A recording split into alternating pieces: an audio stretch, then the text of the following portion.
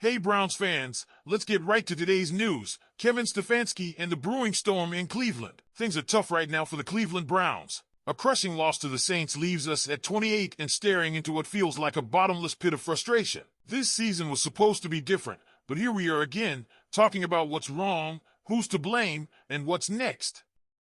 The spotlight has fallen squarely on head coach Kevin Stefanski. Watching him on the sidelines against the Saints, you can feel the weight he's carrying. His body language told the story of a man who looks exhausted, frustrated, and, if we're being honest, resigned. After leading the Browns to the playoffs twice in 4 years, a feat that seemed impossible not long ago, Stefanski is now facing what feels like inevitable doom.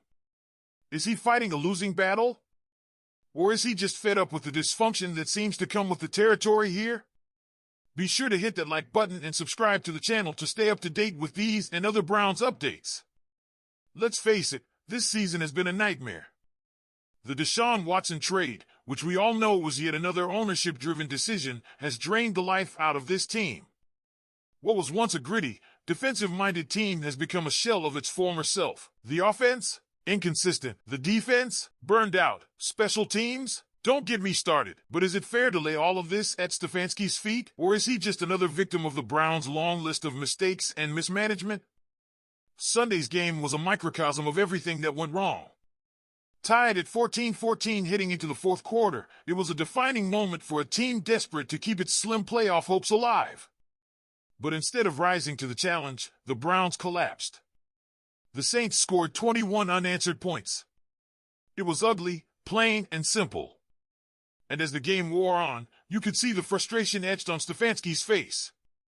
After the loss, Stefanski faced a barrage of questions about his team's effort.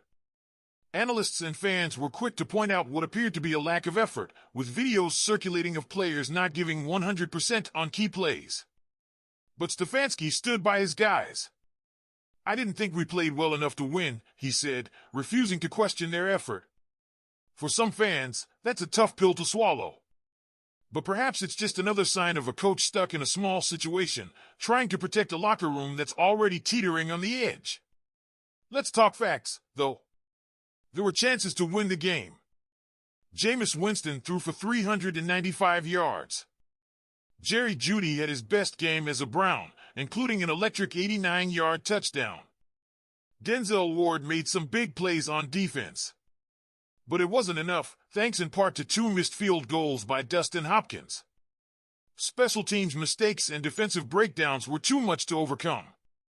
It's become a familiar story. Now, as we turn our attention to the Pittsburgh Steelers on Thursday night, the pressure on Stefanski is only increasing. A primetime game against a division rival could be a defining moment for him. The question is, does he have a chance to turn things around, or is his fate already sealed? There's already speculation that frustrated and desperate owner Jimmy Haslam could make a change sooner rather than later. We've seen it before, and if it happens again, it wouldn't be a shock. But here's the thing, if and when Stefanski is fired, he's almost guaranteed to have suitors lining up. There are already rumors that the New York Jets and New Orleans Saints are interested. Can you imagine Stefanski taking his talents to a place like Dallas or even Cincinnati? It's not as crazy as it sounds. The problem is, if the Browns cut ties with him, who steps in? Promoting Mike Vrabel from within is a risky bet. Baltimore Ravens offensive coordinator Todd Monken has been floated, but is that really the answer? The truth is, we're looking at a road of uncertainty. So, Dawg Pound, what do you think? Is Kevin Stefanski the problem, or is he just the scapegoat in a mess that goes way beyond him? Is firing him the right decision, or are we setting ourselves up for another cycle of disappointment? Let me know in the comments. Kevin Stefanski, is he done in Cleveland? Some people think he hates it here or knows the axe is coming soon. After Sunday's brutal 3,514 loss to the New Orleans Saints, it's hard to argue with them. The Browns were outscored by 210 in the fourth quarter. That's not just bad, it's downright embarrassing. And Stefanski's body language? He looked like a man ready to be anywhere but on the sidelines of a crumbling franchise. Here's the thing, firing Stefanski would be a classic Browns move. And by that, I mean it would be dumb. This is the guy who's led us to the playoffs twice in 4 years. The problem isn't just him, it's much bigger. The Deshaun Watson trade, injuries, inconsistent play, questionable ownership decisions, it's a mess, plain and simple. But does Stefanski deserve all the blame, or is he just the latest victim of the Browns' chaos? Let's break down Sunday's game a bit more. Jameis Winston. The guy threw for 396 yards and 2 touchdowns in a revenge game against the team that let him walk. And yet, we only put up 14 points. It's baffling. Winston is the full Jameis Winston experience, flashy, capable of jaw-dropping throws, and frustrating inconsistency. But let's be real, he played well enough to give us a chance, and that's more than we've seen from some Browns QBs in the past. The running game, though, non-existent. Nick Chubb came back and managed 50 yards on 4.5 yards per carry. Solid, but not nearly enough. The Browns had just 66 total rushing yards.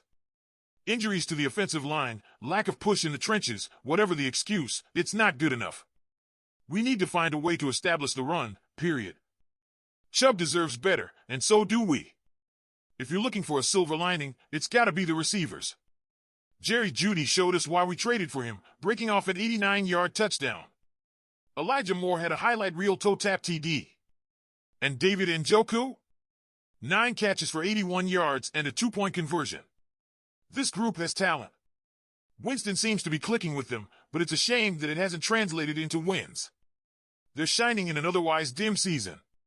Now, let's talk defense. Or, what's left of it. It was an ugly day for the Browns' line. Saints QB Derek Carr barely got touched, and Taysom Hill ran wild with 138 yards on just 7 carries. That's unacceptable. Myles Garrett? Missing in action. Ogbo Okoronkwo had a decent game with 4 tackles and a sack, but it wasn't nearly enough. We need more pressure up front, plain and simple. The linebackers, though, gave us a bit of hope. Devin Bush was everywhere, leading the team with 8 tackles and 2 for losses. Mohamed Diabate is fighting hard for a future roster spot, racking up 7 tackles. It's not all bad, but without our leader Jeremiah Owusu-Koramoah, this unit has its work cut out. And then there's the secondary. Denzel Ward was a bright spot, snagging an interception and forcing a fumble. But outside of Ward, it was a rough day. Marquez Valdes-Scantling broke through what felt like every line of defense. No picks off Carr, who's now 51 against us. We need more. Injuries aren't an excuse anymore. This group has to step up. So what's next for the Browns? We've got the Pittsburgh Steelers coming up on Thursday night. It's do or die, not just for the season, but maybe for Stefanski's future in Cleveland. Is he the problem? Or are we about to make a mistake that sets us back even further? I want to hear from you, Dawg Pound. Drop your thoughts in the comments below. Should Stefanski stay or go? Can Winston turn things around? What do we need to do to save this season, if it's even possible? And hey, before you leave, don't forget to like this video, subscribe to the channel, and hit that notification bell so you never miss an update. Go Browns!